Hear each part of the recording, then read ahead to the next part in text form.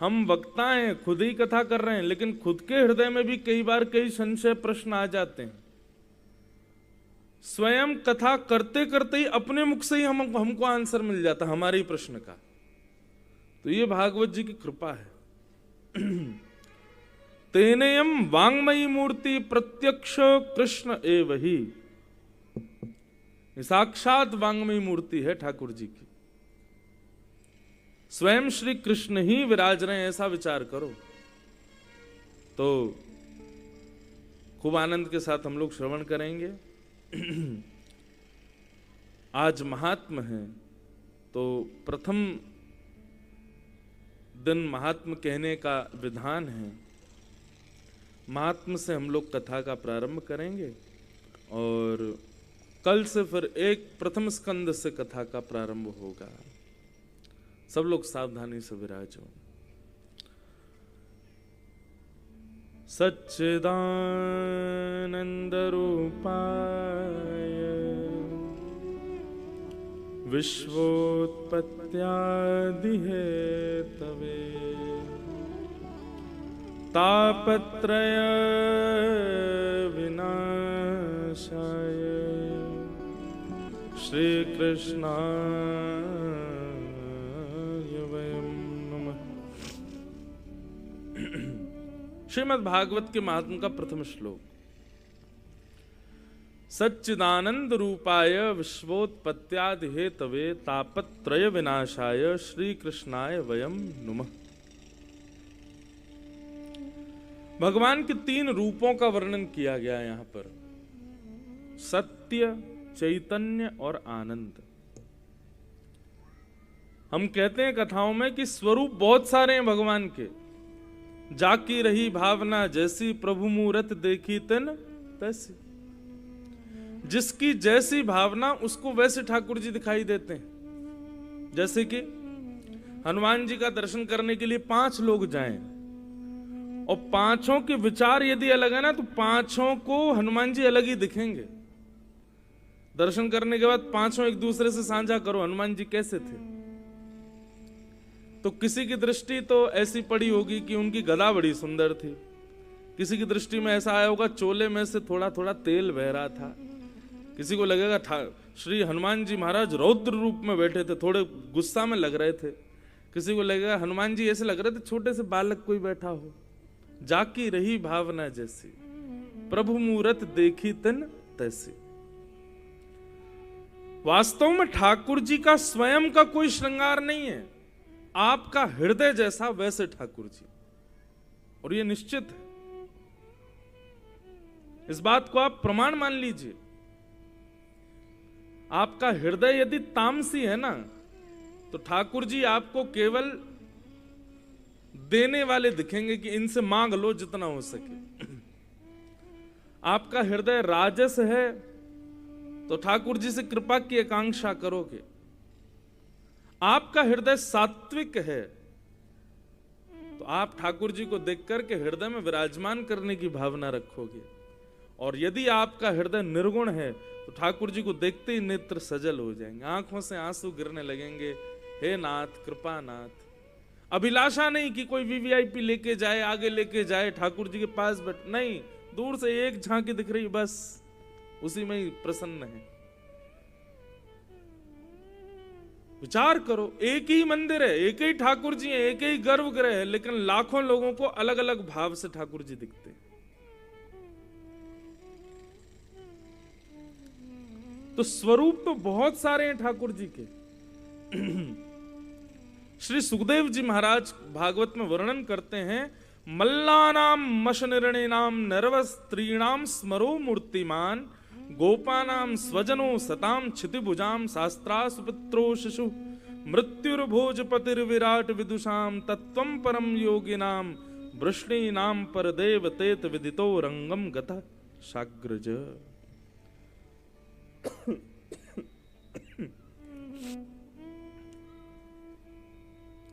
ठाकुर जी जब कंस के मथुरा में प्रवेश करते हैं तो वहां सुखदेव जी वर्णन करते हैं, सबको ठाकुर जी अलग अलग दिख रहे हैं।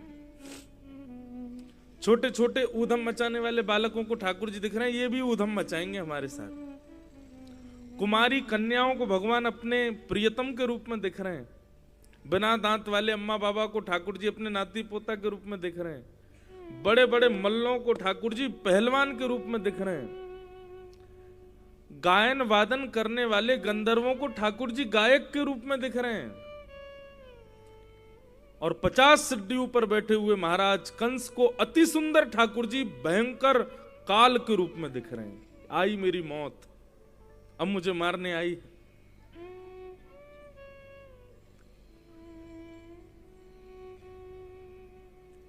वो कहते हैं ना, आजकल एक बात बड़ी चल रही है, किसी को भय है कि ठाकुर जी देख रहे हैं और किसी को संतोष है कि ठाकुर जी देख रहे हैं। किसी को तो डर लग रहा है कि ठाकुर जी देख रहे हैं और मैं क्या कर रहा हूं, और किसी को ये प्रसन्नता है कि चलो कोई बात नहीं, कोई नजर ना कर रहा हो, ठाकुर जी तो देख रहे हैं। तो किसी के लिए भगवान भय के केंद्र बिंदु हैं, किसी के लिए भगवान कृपा के केंद्र बिंदु हैं, किसी के लिए भगवान एटीएम मशीन है, बस देते रहेंगे। ये तो इनसे बस मांगने का काम है और कोई काम नहीं है हनुमान जी का। जाकी रही भावना जैसी, कहने का अभिप्राय कितनी अच्छी बात है। ठाकुर जी का स्वयं का कोई श्रृंगार नहीं है, स्वयं का कोई स्वरूप नहीं है। आप जैसे हो वैसे आपके लिए ठाकुर जी हैं।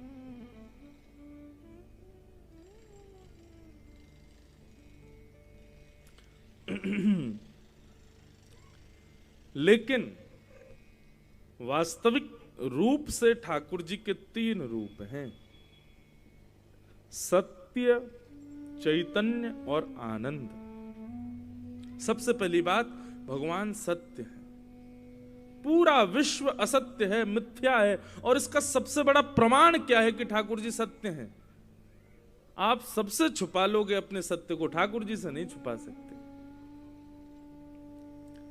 आप मां से छुपा लोगे, पिता से छुपा लोगे, पति से छुपा लोगे, पत्नी से छुपा लोगे, बच्चों से छुपा लोगे, अरे खुद से भी छुपा लोगे, लेकिन ठाकुर जी के सामने जाकर के आपके हाथ जुड़ जाएंगे और एक मंद सी मुस्कान आ जाएगी, नेत्रों में आंसू आ जाएंगे। ठाकुर जी तुम जानत सब अंतर्यामी, आपको तो सब पता है, आपसे क्या छुपाऊं मैं।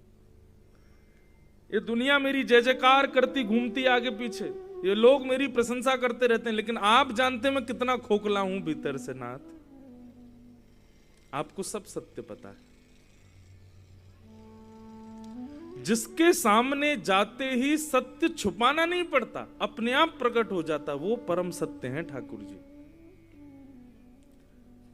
संसार मिथ्या क्यों है? क्यों शास्त्रों में संसार को मिथ्या कहा गया? लोग मेरे से प्रश्न, महाराज जी हम जिस दुनिया में रहते हैं उसी दुनिया की इतनी बुराई शास्त्रों में, हम जिन लोगों के बीच में रहते हैं उन मानवों की इतनी बुराई क्यों? ये मिथ्या है। क्यों? क्योंकि इनके आगे आने पर आप बनावटी हो जाते हो। अब हम भी बनावटी बन के तो बैठे हैं मंच पर। अगर वास्तविकता में कोई पूछ ले कि महाराज जी अभी आप बताओ स्पष्ट, कोई बुरा नहीं मानना, आपकी इच्छा क्या है इस वक्त? हमारा मन कर रहा है कि भाई कोई गद्दा बिछा दे, तकिया लगा दे, मोटा सा कंबल उड़ा दे, थोड़ा सर दबा दे, कोई दवाई दे दे, शरीर के थोड़े अंग प्रत्यंग ठीक हो जाएं, कोई भैया गरम गरम चाय पिला के सुला दे, ऐसी इच्छा है अभी तो। लेकिन यहाँ बन के कैसे बैठे हैं? अरे नहीं हम तो कथा सुनाएंगे, 4 घंटा एक आसन पर बैठेंगे, आंखें खोल के बैठेंगे, पूरे अपना ज्ञान उड़ेल के देंगे आपको। ये बनावटी नहीं है। संसार ऐसा ही है बंधुओं। आप जब संसार के सामने जाओ आपको बनावटी बनना पड़ता है। किसी को रिझाने के लिए बनावटी बनना पड़ता है, तो किसी से हाथ छुड़ाने के लिए बनावटी बनना पड़ता है। बनावट के बिना आप संसार में रह ही नहीं पाओगे। वास्तविकता में जिस दिन आप रहने लग गए, संसार आपको पागल कहेगा फिर।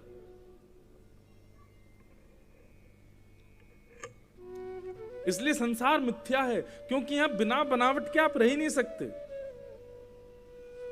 चाहे कोई संत हो, कोई फकीर हो, कोई बहुत बड़ा मंत्री हो, कोई बहुत बड़ा उद्योगपति हो, सब बनावटी, सब मिथ्या है, सब असत्य है।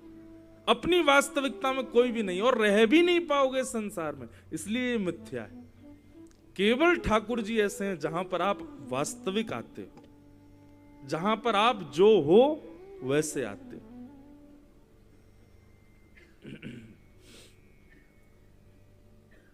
इसलिए भगवान का प्रथम स्वरूप क्या है? सत्य। भगवान सत्य। दूसरा, ठाकुर जी को सत्य इसलिए भी कहा, उनको प्रकट होने की आवश्यकता नहीं है, उनके नाम में ही इतना बल है। आज हम 27 वर्ष के हो गए, आप में से कितने लोग यहाँ 40 वर्ष के होंगे, कोई 50 वर्ष का भी है, कोई और भी ऊपर चल रहा है। इतने वर्षों में हमारा लालन पालन कौन कर रहा है? ठाकुर जी कर रहे हैं? नहीं, ठाकुर जी का नाम कर रहा है। ठाकुर जी तो प्रत्यक्ष आए नहीं अभी तक, केवल उनका नाम हमारे पास है, उनका कीर्तन हमारे पास है। हनुमान चालीसा सबको याद है।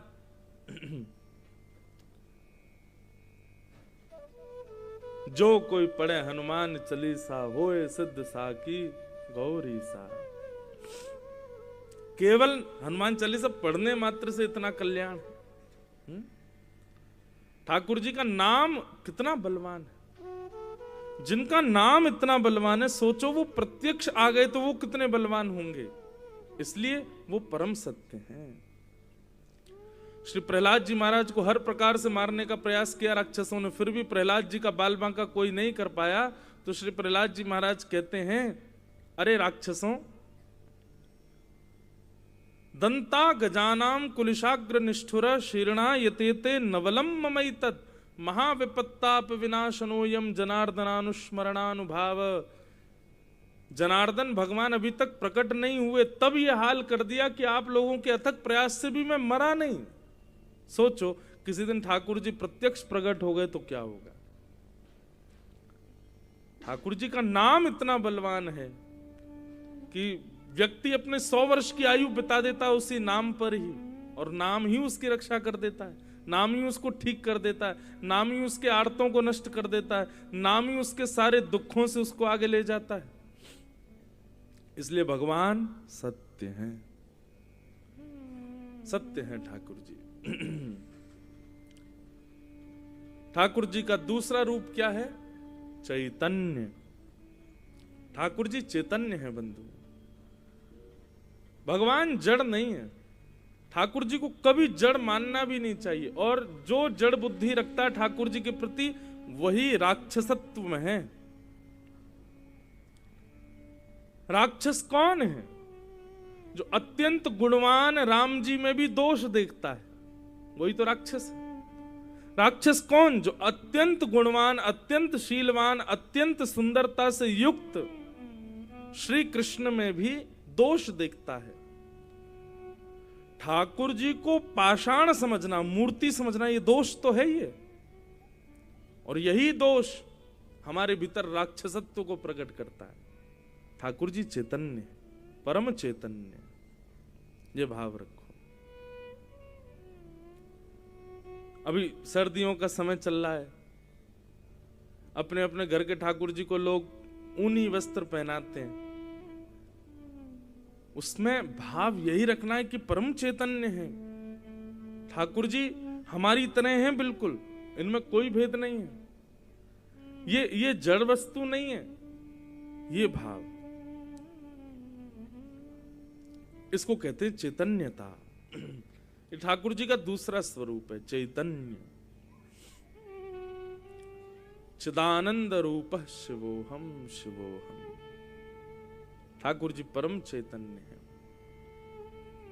और तीसरा रूप है ठाकुर जी का आनंद। एक बात बंधुओं मानिएगा, जब तक आप ठाकुर जी को सद स्वरूप, जब तक आप ठाकुर जी को चैतन्य स्वरूप नहीं मानोगे, तब तक उनके दर्शन में, उनके भजन में, उनकी कथा में, उनके संकीर्तन में, उनके धाम के दर्शन में, उनकी लीला के दर्शन में आनंद प्रकट नहीं होगा।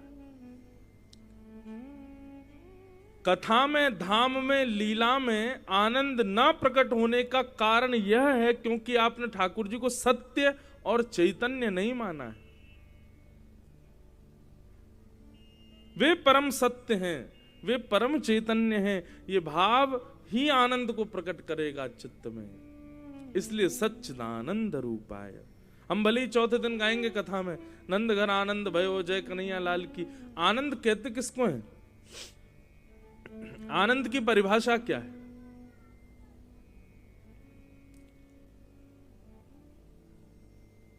गुना का प्रसिद्ध क्या है खाने के लिए, बताओ। यहाँ खाने में सबसे ज्यादा प्रसिद्ध क्या है गुना में? हैं? चाउमीन? क्या है प्रसिद्ध यहाँ पर? क्या? हमें सुनाई नहीं दे रहा, जोर जोर से बोलो। क्या चीज? दाल बाटी?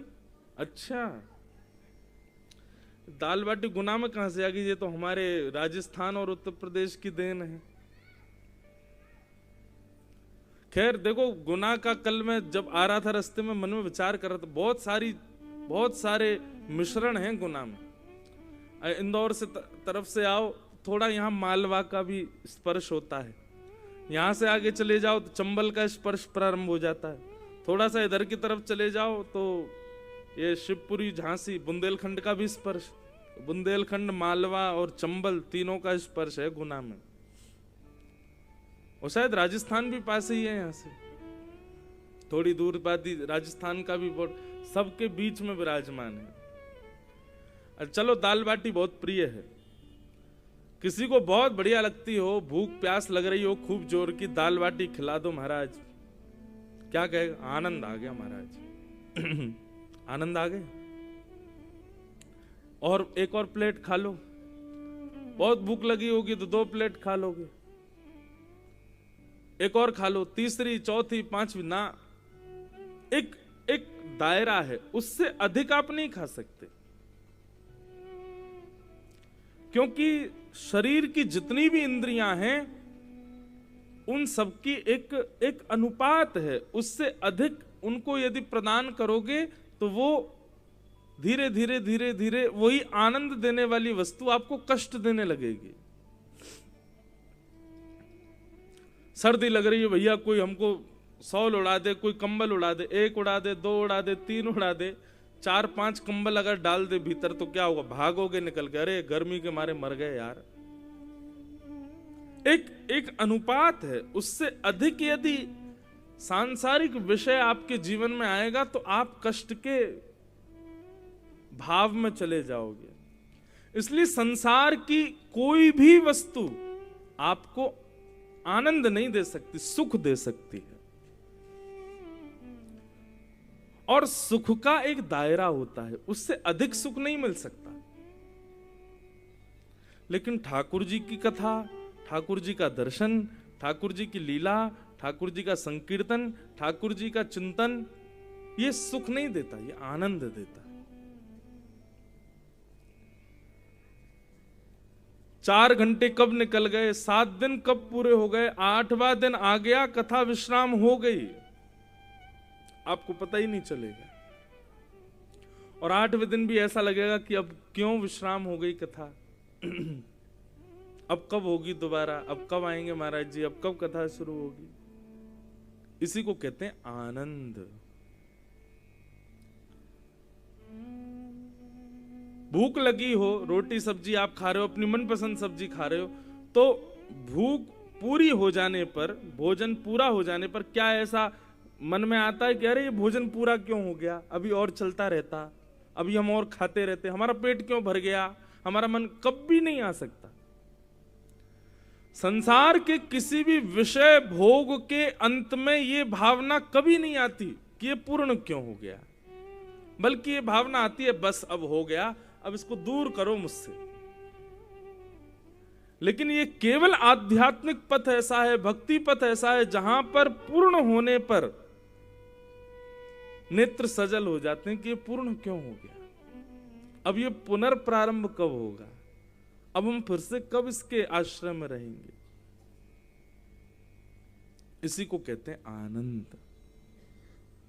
तो ठाकुर जी की कथा, ठाकुर जी का संकीर्तन, भगवत भाव, ये आनंद देता है, सुख नहीं। आनंदाम बुद्धिवर्धनम प्रतिपदम।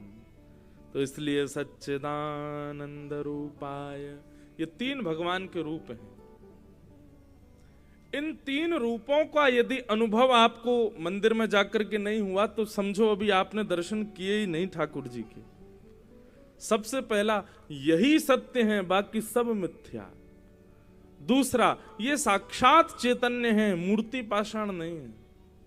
और तीसरा, समय का भी पता ना चले, आप देखते देखते आनंदित हो जाओ।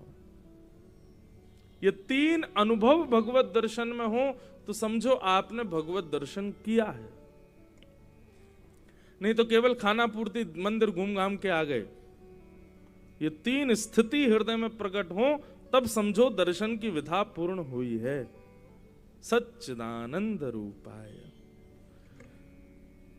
तीन भगवान के कर्म हैं। कौन कौन से? कि विश्वोत्पत्त्यादि हेतवे, विश्व की उत्पत्ति करना, पालन करना और विश्व का संहार करना। सबसे पहले ठाकुर जी विश्व को बनाते हैं, फिर उसका पालन करते हैं और अंत में उसका संहार कर देते हैं। तीन भगवान के कर्म हैं।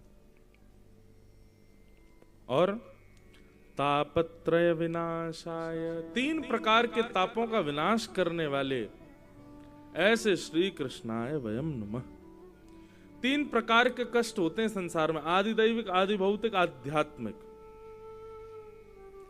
इन तीन के अतिरिक्त कोई कष्ट नहीं हमारे जीवन में। अब यहां पर एक बहुत समझने वाली बात है, बहुत ध्यान से देखिए सब लोग, बहुत ध्यान से सुनिए। देखो मौसम बहुत अच्छा है, मौसम अच्छा है मतलब ठंड बहुत है, और आप सब लोग कथा पंडाल में बैठे हो, आसपास में एक दूसरे की जो है ताप भी आपको प्राप्त हो रहे हैं, मधुर संगीत बज रहा है, कथा चल रही है, तो निश्चित है कुंभकर्ण की पत्नी यहां घूम रही है। कुंभकर्ण की पत्नी का नाम क्या है? निद्रा देवी। कुंभकर्ण के बालक आदियों के नाम क्या है? बोले आलस। तो भैया इनको हावी मत होने देना अपने अंदर। आप लोग बिल्कुल सचेत होकर के कथा सुनो। इस श्लोक में एक बात कही, तापत्रय विनाशाय। ठाकुर जी तीन प्रकार के तापों का विनाश करते हैं। ताप तीन ही होते हैं संसार में, जितने भी दुख हैं हमारे जीवन में वो तीन के ही अंदर अंदर आते हैं, आदि दैविक, आध्यात्मिक, आदि भौतिक। और यहां लिखा है कि भगवान की शरणागत लेने वाले व्यक्ति के तीनों ताप दूर हो जाते हैं। यदि ऐसा था तो फिर गोस्वामी तुलसीदास जी महाराज के जीवन में कष्ट क्यों थे? यदि ऐसा था तो भक्तिमती मीराबाई इतनी परेशान क्यों रहती थी? यदि ऐसा था तो श्री सूरदास, कबीर दास, कुंभन दास, रैदास, जितने भी भक्तों के नाम आप सुन लेंगे, सबके जीवन में कोई ना कोई कष्ट बना ही हुआ था। और यहां कहते हैं तापत्रय विनाशाय, तीन प्रकार के तापों का ठाकुर जी विनाश कर देते हैं। इसको किस भाव में समझें?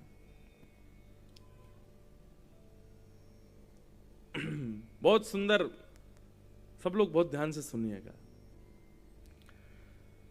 भगवत शरणागत होने वाले व्यक्ति को, ठाकुर जी की शरण में जाने वाले व्यक्ति को ताप तो आएंगे, कष्ट तो आएगा, जीवन में संकट तो आएगा, लेकिन उसको अनुभव इतना नहीं होगा, उसको उसके ऊपर उसका प्रभाव इतना नहीं दिखेगा।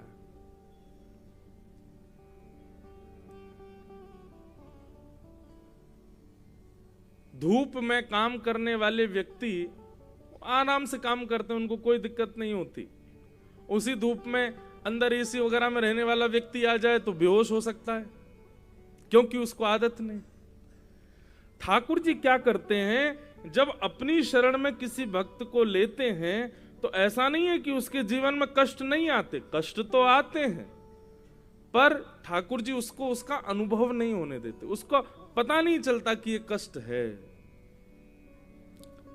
जैसे कि अब एक आसन पर बैठ करके कथा सुनना कई लोगों को एक कष्टदायी लगेगा, तो बार बार आसन बदलेंगे, कभी यूं बैठेंगे, कभी ऐसे बैठेंगे, कोई पैर फैला के बैठ जाएगा, कोई लेटे लेटे कथा सुनेगा, कोई कुर्सी पे जाके बैठ जाएगा। अब ये कष्ट है, शारीरिक कष्ट है। लेकिन आप विश्वास माने, आप मन बुद्धि चित्त तीनों ठाकुर जी में लगा करके आप कथा सुनो, आपको पता ही नहीं चलेगा कि आपके पैर में दर्द था। कष्ट तो आ रहा है लेकिन आपको पता नहीं लग रहा है।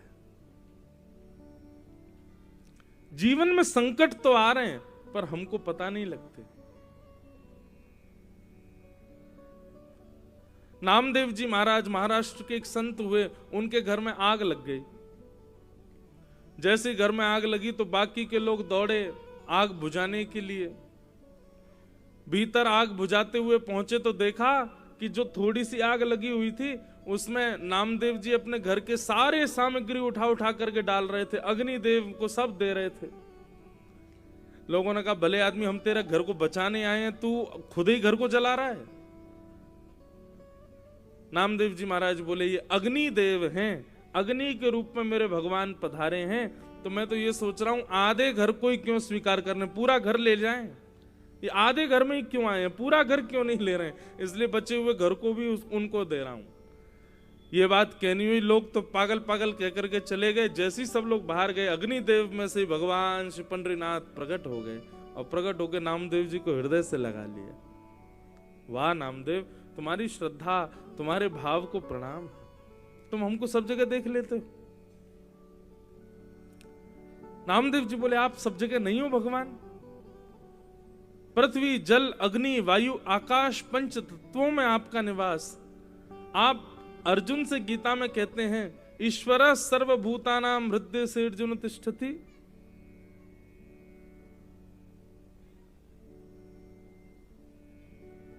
सब ठाकुर जी। गोस्वामी तुलसीदास जी महाराज ने, बहुत ध्यान से सुनिएगा,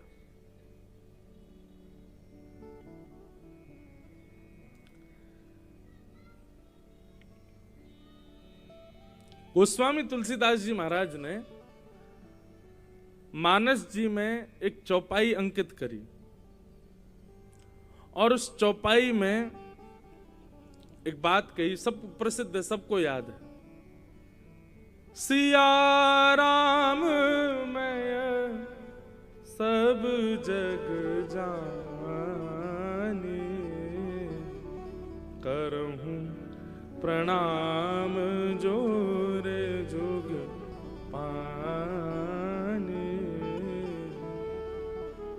सिया राम में सब जग जाने, इस चौपाई का अर्थ क्या है?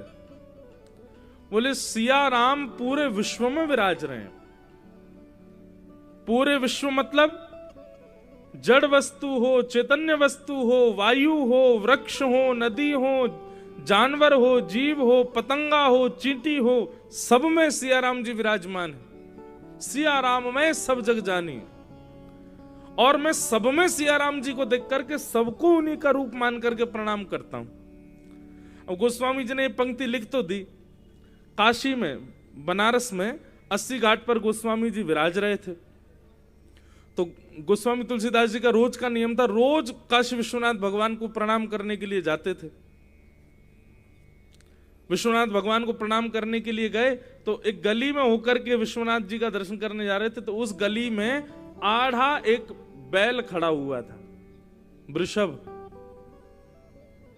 अब उस बैल के कभी इधर से जाए तो वो जगह ही नहीं मिले निकलने की, तो तुलसीदास जी ने उसको हटाने के लिए थोड़ी जोर से आवाज करी, थोड़े हाथ वाथ उसमें थोड़े ऐसे मारे कि उसने जो है मार्ग दे दिया। गोस्वामी जी गए, महादेव का दर्शन किया, दर्शन करके लौट करके आए। अपनी रामचरितमानस जी का रोज पाठ करते थे, लिखी हुई मानस जी को।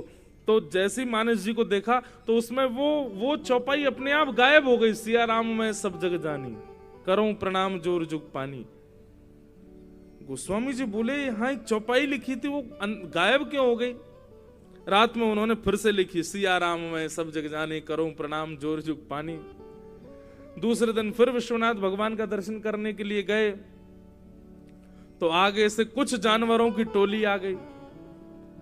अब गोस्वामी जी जा नहीं पाए तो फिर से हल्ला करते हुए हे करते हुए और उनको हटाते हुए वहां से गए, दर्शन करके लौट के आए। रात में जैसी मानस जी देखी तो फिर से वो चौपाई गायब हो गई।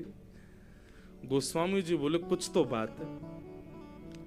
मानस जी लेकर के काशी विश्वनाथ भगवान के सामने गए, जाकर के रोने लगे, बोले महादेव इतनी सुंदर चौपाई है, सिया राम मैं सब जग जानी करूं प्रणाम जोर जुग पानी, ये रोज अंतर ध्यान क्यों हो जाती है? महादेव प्रकट हो गए, बोले इसलिए अंतर ध्यान होती है क्योंकि तुमने लिखी है, तुम इसको स्वीकार नहीं करते हो। तुमने लिख दिया है लेकिन तुमको उस बात पर विश्वास नहीं है। नहीं नहीं नहीं नहीं भगवान आप ऐसा कैसे कह सकते हैं, मैं तो सब में राम जी को देखता हूं।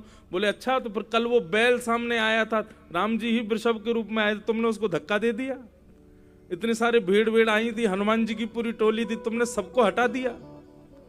यदि तुम्हारी ये बात तुम लिख रहे हो कि सिया राम मैं सब जग जानी करूं प्रणाम जोर जुग पानी, तो इसको हृदय से स्वीकारो भी।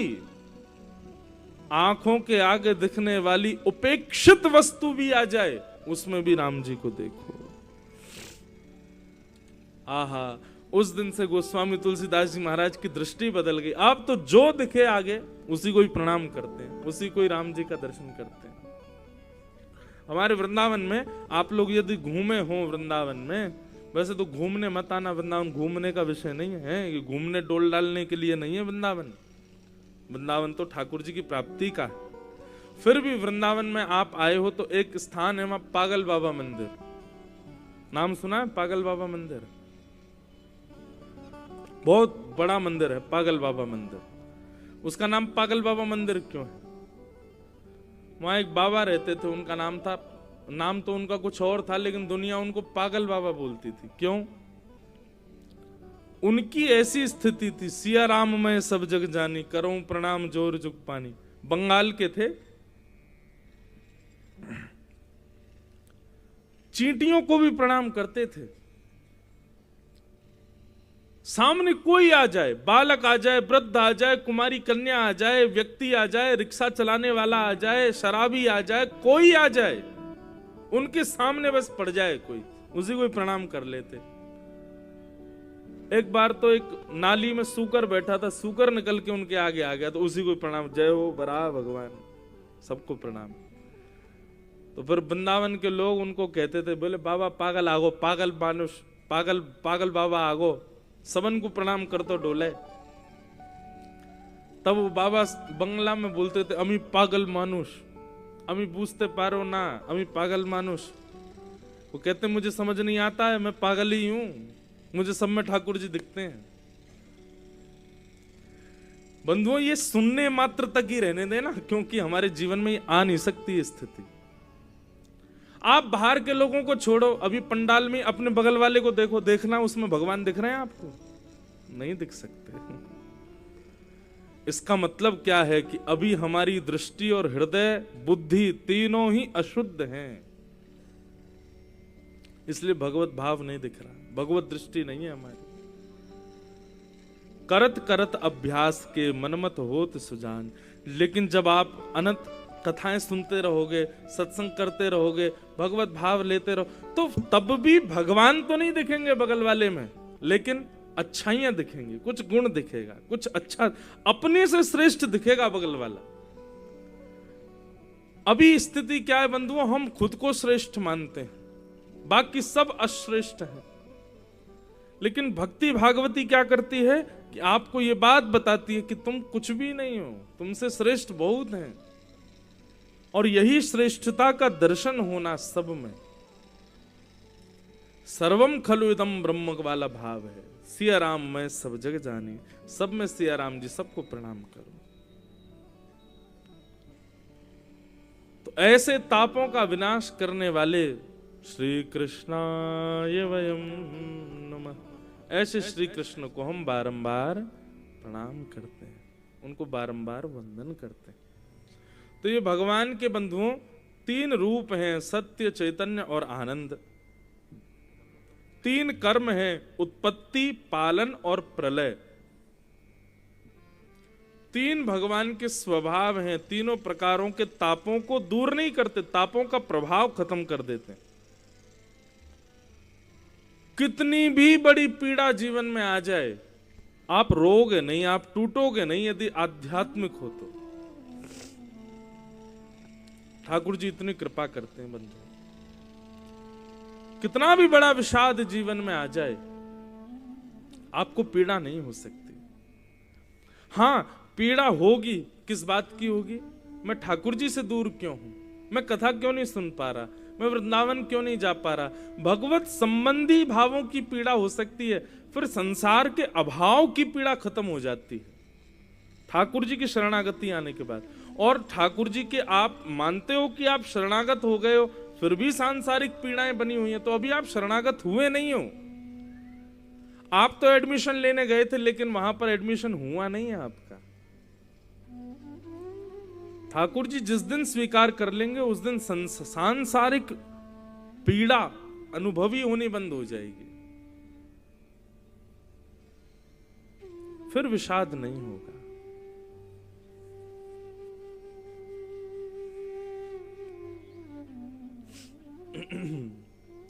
तापत्रय विनाशाय श्री कृष्णाय वयम नुमः। ऐसे श्री कृष्ण को हम बारंबार प्रणाम करते हैं। भागवत के महात्मा का प्रथम श्लोक।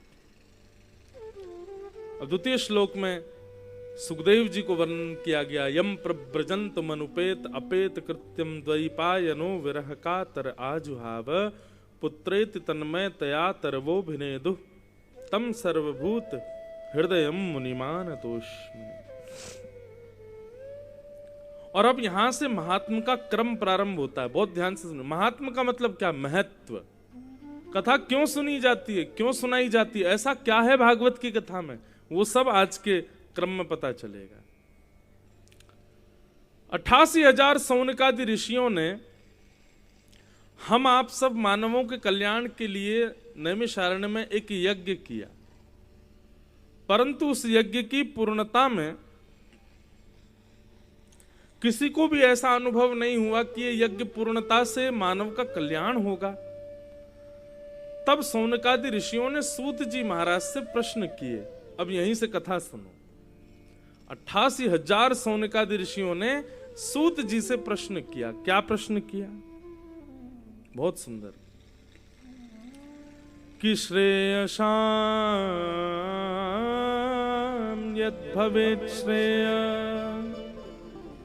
पावनानां च पावनम कृष्ण प्राप्ति करम शाश्वत साधनम तद्वदाधुना। बहुत ध्यान से सुनो महाराज। इस घनघोर कलिकाल में, इस भयावह कलिकाल में मानव के कल्याण का साधन क्या है? श्रेष्ठ से श्रेष्ठ, पवित्र से पवित्र कृष्ण प्राप्ति का साधन हमको बतलाइए इस कलयुग में। तब यहां से सूत जी महाराज कहना प्रारंभ करते हैं, और सूत जी कहते हैं, भैया इस कलयुग में एक ही साधन है जिससे भगवत प्राप्ति हो सकती है, और वो क्या है? तो कालव्याल मुखग्रास त्रास निर्णास हेतवे श्रीमद् भागवतम शास्त्रम कलौ कीरेण भाषितम्। कालव्याल मुखग्रास त्रास निर्णास हेतवे श्रीमद् भागवतम शास्त्रम कलौ कीरेण भाषितम्। इस कलयुग में केवल और केवल श्रीमद् भागवत ऐसा शास्त्र है जो भगवत प्राप्ति करा सकता है। क्यों? क्योंकि भागवत ऐसा नहीं कि कथा सुनी 7वें दिन ही ठाकुर जी आपके आगे प्रकट हो जाएंगे, नहीं। श्रीमद् भागवत एक चिकित्सा करेगा। क्या? आपके हृदय से मृत्यु के भय को दूर कर देगा। श्रीमद् भागवत शास्त्र का अनुगमन करने वाले लोगों को फिर मृत्यु से भय नहीं लगता। आध्यात्मिक व्यक्ति की सबसे पहली पहचान क्या है बंधुओं? कि उसको मृत्यु का भय नहीं रहता है।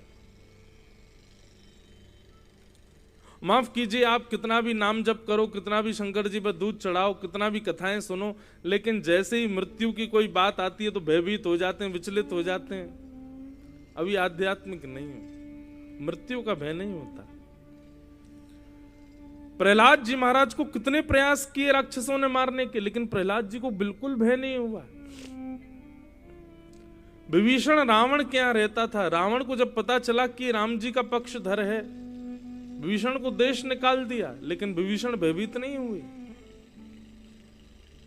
मीराबाई, भाई छोड़या, बंधु छोड़या, छोड़या सब कोई, सबने छोड़ दिया मीराबाई को, लेकिन भयभीत नहीं हुई। एक और थी करमेती बाई। करमेती बाई वृंदावन भाग करके पहुंच गई, तो उनकी एक बात कही जाती है कि करमेती बाई 3 दिन तक एक मरे हुए ऊंट के कंकाल के पीछे अंदर छुप के बैठी रही, मरे हुए ऊंट के कंकाल के भीतर छुपी बैठी रही। किसी ने उनसे कहा कि हमने सुना है कि आप जब राजस्थान से भाग करके आई वृंदावन ठाकुर जी की भक्ति के लिए, तो आपने सैनिकों से बचने के लिए मरे हुए ऊंट के गर्भ में बैठ करके अपनी रक्षा की। बोले जी, आपको दुर्गंध नहीं आई, आपको अजीब नहीं लगा अंदर से? उतनी भयावह दुर्गंध होती है मरे हुए जानवर में, आपको बिल्कुल भय नहीं लगा, आपको बिल्कुल दुर्गंध नहीं आई? तो करमेती बाई क्या कहती हैं? संसार के विषय भोगों की दुर्गंध ज्यादा दूषित है। संसार के विषय भोग, संसार के आसक्ति रूपी जो दुर्गंध है, उससे लाख गुना ठीक थी उस मरे हुए कंकाल की दुर्गंध। भैया, जिस दिन ये विषय में आपको दुर्गंध आने लग गई, आप नहीं कहोगे कि ऊंट के मरे हुए शव में से दुर्गंध आई थी। कहने का अभिप्राय, आध्यात्मिक व्यक्ति, भक्ति पथ के पथिक व्यक्ति का प्रथम लक्षण है, उसको मृत्यु का भय नहीं होता।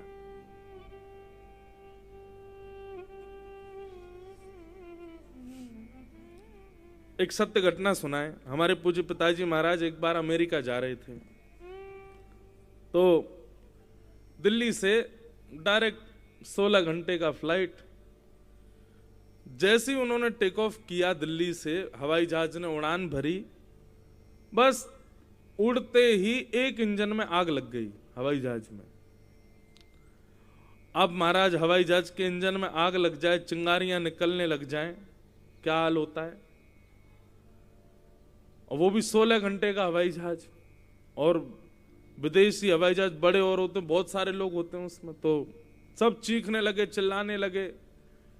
तो पायलट ने अनाउंसमेंट की कि भैया अभी हम हवाई जहाज को उतार नहीं सकते। क्यों? 16 घंटे की यात्रा का ऑयल भरा हुआ है हवाई जहाज में। अगर हमने हवाई जहाज को उतारा और धमक से जरा भी चिंगारी अगर वहां पहुंच गई तो सब मर जाएंगे। क्या करेंगे? बोले हम अपना वो टैंक खोल रहे हैं, फिर भी हमको 6 घंटे आकाश में घूमना पड़ेगा, तब हवाई जहाज उतरेगा। अब हवा में हजारों फीट ऊपर इतना ऑयल लेकर के इतने यात्रियों के साथ हवाई जहाज घूम रहा है ऊपर आकाश में। रो रो के बुरा हाल हो गया सब लोगों का। रात्रि 2 बजे हवाई जहाज उड़ा था और सवेरे 7:30-8 बजे वापस दिल्ली उतरा। तो जैसे दिल्ली उतारा गया, उसका दरवाजा खुला, सारे पैसेंजर अपने अपने घर को भाग गए। सबको कहा कि भैया 4 घंटे रुक जाओ, दूसरे हवाई जहाज से भेज देते हैं अमेरिका। कोई नहीं गया। 4-5 लोग बचे थे, उनमें एक हमारे पिताजी थे। तो पिताजी महाराज से किसी न्यूज रिपोर्टर ने पूछा, महाराज जी आप लोग करीब 250-300 पैसेंजर थे, उसमें से अब ये गिनती के 10 लोग बचे हैं, आप वापस विदेश जाने को, मतलब अमेरिका जाने को तैयार है। 16 घंटे इतना भयावह एक्सपीरियंस करने के बाद अब आपको भय नहीं लगता? पिताजी बोले, भैया भय की तो पूछो मत, अब हम 9 घंटे 10 घंटे लेट हो गए। हमारे गोपाल जी हमारे साथ हैं, हमारी भागवत जी हमारे साथ हैं। तो 2 भाव मन में आ रहे थे। यदि बच गए तो गोपाल जी की ने रक्षा कर ली, ऐसा भाव आता। और यदि कुछ हो जाता तो ये रहता कि चलो गोपाल जी हृदय से तो लगे हुए थे, अंतिम क्षण में गोपाल जी तो संग में थे। तो दोनों में हमको प्रसन्नता थी, बच गए तो बढ़िया, कथा करेंगे अमेरिका जाके। और यदि कुछ हो जाएगा तो ये भाव है कि भागवत जी और गोपाल जी जिनकी जीवन भर सेवा करी, वो कम से कम साथ तो थे अंतिम समय में। कोई था या ना था, वो तो थे। 4-5 लोग बोले आपको बिल्कुल भय नहीं लग रहा, तो ये आध्यात्मिक व्यक्ति का स्वभाव है कि उसको फिर भय मृत्यु का नहीं होता। उसको भय इस बात का नहीं होता कि संसार में क्या छूटे क्या मिले। उसको इस बात का भय रहता है कहीं किसी कारण से मैं ठाकुर जी से विमुख ना हो जाऊं, मैं कहीं किसी कारण से ठाकुर जी से दूर ना हो, इस बात का भय लगा रहता है। यह आध्यात्मिक व्यक्ति का लक्षण है।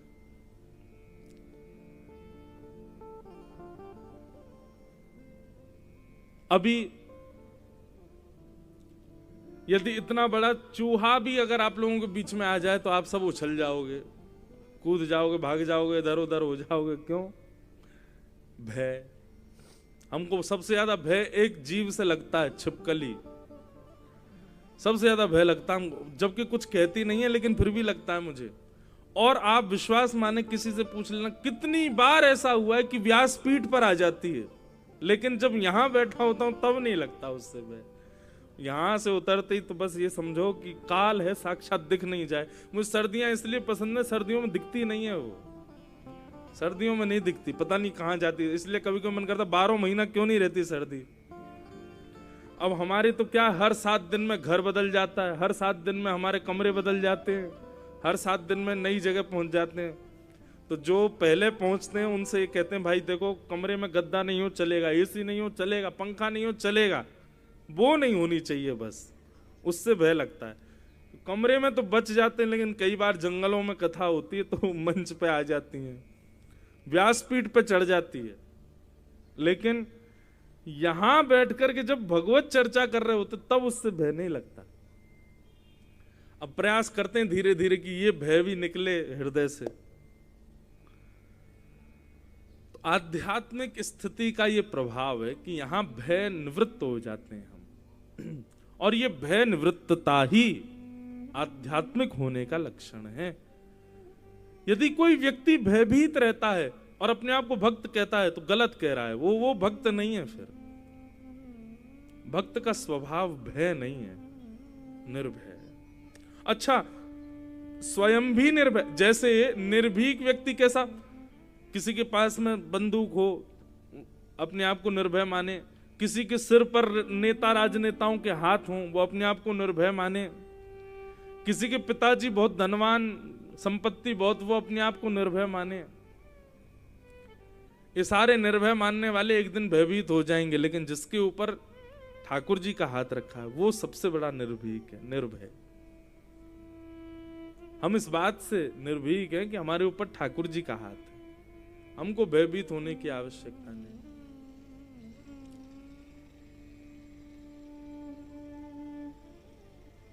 हमारे साथ हैं भगवान, हमें किस बात की चिंता।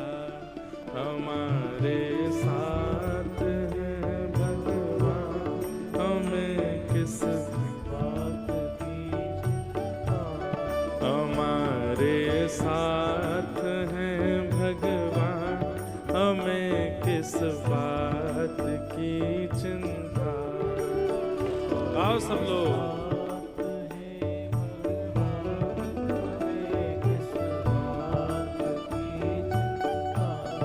हमारे साथ हैं भगवान, हमें किस बात की चिंता।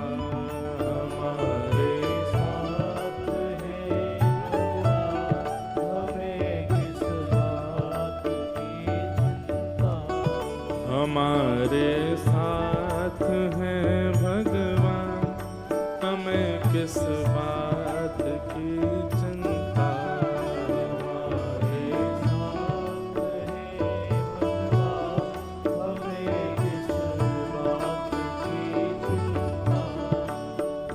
न खाने की न पीने की न मरने की न जीने की। गाओ सब लोग।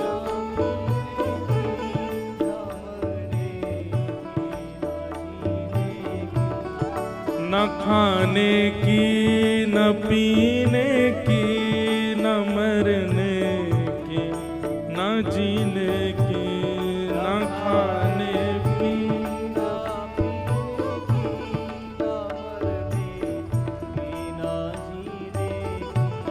रहे हर श्वास में भगवान रहे हर श्वास रहे हर श्वास में भगवान रहे हर श्वास में भगवान के प्रिय नाम की चिंता रहे हर श्वास में भगवान के प्रिय नाम की चिंता। हमारे साथ है भगवान हमें किस बात की चिंता। हमारे साथ है भगवान हमें किस बात की चिंता। मिला भक्ति का जब वरदान हमें किस बात की चिंता। मिला भक्ति का जब वरदान हमें किस। राजा रामचंद्र भगवान की जय हो।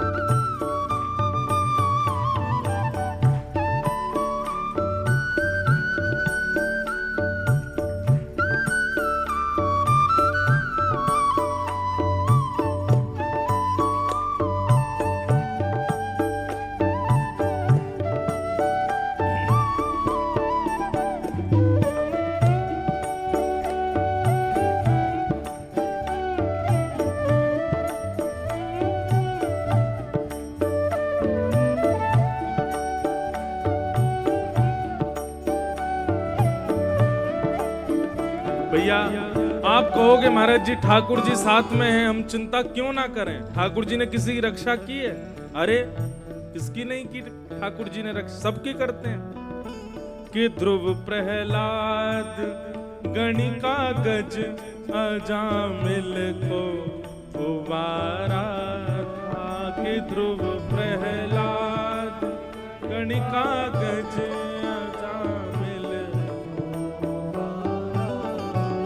के ध्रुव प्रहलाद गणिका गज अजामिल को उबारा था।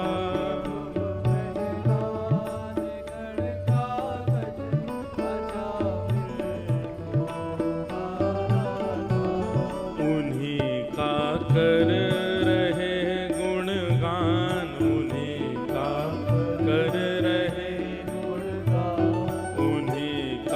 कर रहे गुणगान उन्हीं का कर रहे गुणगान। तो फिर किस बात की चिंता। उन्हीं का कर रहे गुणगान तो फिर किस बात की चिंता। हमारे साथ है भगवान हमें किस बात की चिंता। हमारे साथ है भगवान हमें किस बात की चिंता। मिला जब भक्ति का वरदान हमें किस बात की चिंता। मिला जब भक्ति का वरदान हमें किस बात की चिंता। हमारे साथ है भगवान हमें किस बात की चिंता। हमारे साथ है भगवान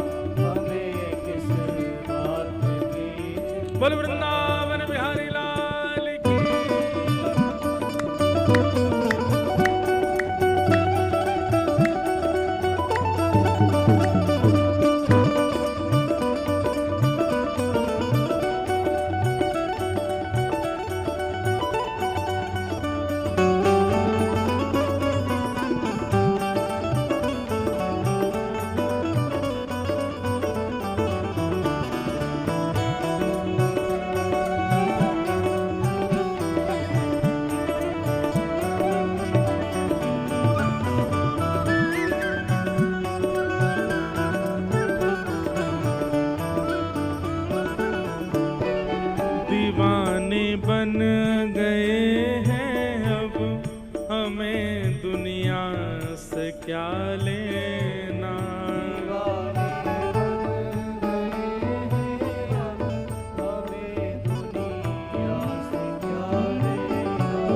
दीवाने बन गए हैं अब, हमें दुनिया से क्या लेना।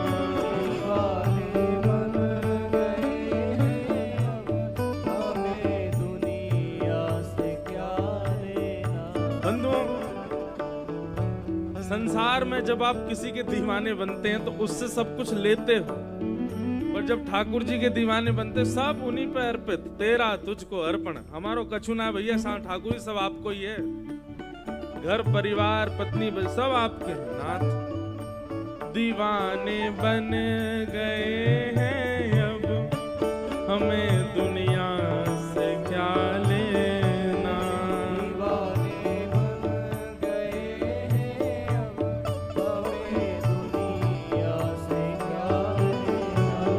सभी कुछ कर दिया जब दान, सभी कुछ कर दिया दान, सभी कुछ कर दिया जब दान, सभी कुछ कर दिया, तो फिर किस बात की चिंता।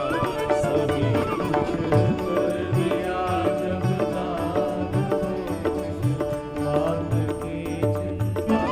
हमारे साथ है भगवान, हमें किस बात की चिंता। हमारे साथ है भगवान, हमें किस बात की चिंता। तो हम राम जी के राम जी हमारे हैं, हम राम जी के राम जी हमारे हैं, हम राम जी के राम जी हमारे हैं, राम जी के राम जी हमारे हैं, हम माधव के माधव हमारे हैं, हम राघव के राघव हमारे हैं, हम केशव के केशव हमारे हैं, हम केशव के केशव, हम राम जी के राम जी हमारे हैं, राम जी के राम जी हमारे, हम राम जी के राम जी हमारे हैं, हम राघव के राघव हमारे हैं, हम राम जी के राम जी हमारे हैं, हम केशव के केशव हमारे हैं, हम माधव के माधव हमारे हैं, हम राघव के राघव हमारे हैं। आओ हम राम जी के राम जी हमारे हैं, हम राम जी के राम जी हमारे हैं,